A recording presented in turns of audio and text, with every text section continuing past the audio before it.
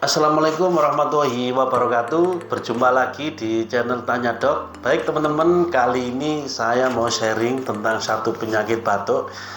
Ya, kalau diagnosa medisnya bernama bronkitis akut. Mungkin sebagian besar teman-teman sudah pernah mendengar dan bahkan sudah pernah mengalami yang namanya batuk yang tidak kunjung sembuh dan didiagnosa oleh dokter bronkitis akut. Bahkan sudah pernah melakukan foto rongsen, pemeriksaan lab, dikira itu suatu penyakit yang berbahaya, tetapi ternyata itu suatu bronkitis akut. Apa itu sebenarnya suatu bronkitis akut? Bronkitis akut itu suatu penyakit batuk ya, yang ditandai dengan adanya peradangan pada paru-paru kita ya, pada bronkus dan juga trakea kita ya, baik disertai sputum maupun tidak. Dan yang pasti tanpa disertai adanya suatu pneumonia, maka diagnosanya ke arah bronkitis akut. Nah, bagaimana gejalanya? Kalau gejalanya pasti adalah batuk, baik batuk berdahak maupun batuk kering. Kemudian bisa juga disertai sesak nafas, bisa juga disertai demam, hidung tersumbat, atau bahkan ada nyeri dada pada saat batuk gitu ya. Nah, apa aja faktor resikonya?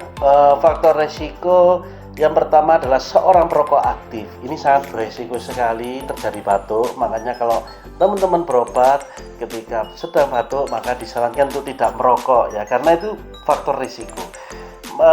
Bisa juga seorang perokok pasif ya, tadi perokok aktif, ini perokok pasif juga bisa kalau terlalu sering terpapar perokok di dekatnya.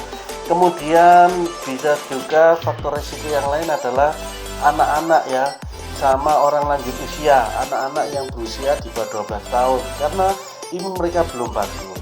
Dan yang faktor risiko ketiga adalah terpaparnya bahan kimia pada saat bekerja, itu juga merupakan risiko. Sehingga teman-teman kalau mau mengurangi risiko ya hindari tiga itu. Oke. Nah, pada penderita bronkitis itu memang orangnya tanpa sakit ya. Kalau dokter biasanya menegakkan diagnosa itu berdasarkan anamnesanya dan juga pemeriksaan fisik. Itu seorang dokter akan menemukan mungkin adanya suara mengi atau tidak, itu juga bisa. Bahkan yang tadi di awal saya sampaikan, kenapa lama sekali sampai 2 minggu sampai 3 minggu sudah minum obat tidak juga kunjung sembuh, dikhawatirkan adanya infeksi penyakit yang serius. Pada saat di rongsen di lab ternyata diagnosa yang keluar tetap bronkitis akut. Itu juga bisa teman-teman. Nah, sekarang bagaimana pengobatannya? Kalau untuk pengobatan, teman-teman bisa belikan ya di awal obat batuk kering atau misal berdak ya, obat batuk berdak seperti itu. Kalau disertai demam ya teman-teman tambahkan paracetamol. Nah, kalau masih aja belum kunjung sembuh ya, teman-teman berobat ke dokter terdekat ya. Teman-teman sekali lagi bisa manfaatkan kartu KIS-nya jika teman-teman memiliki KIS atau BPJS, baik itu yang mandiri dia sendiri maupun yang dari kantor teman-teman. Di tempat saya juga melayani teman-teman ya untuk peserta BPJS bisa pasti. Nah, itu aja yang bisa saya sharingkan. Kalau edukasinya pada saat batuk sih, saran saya yang pertama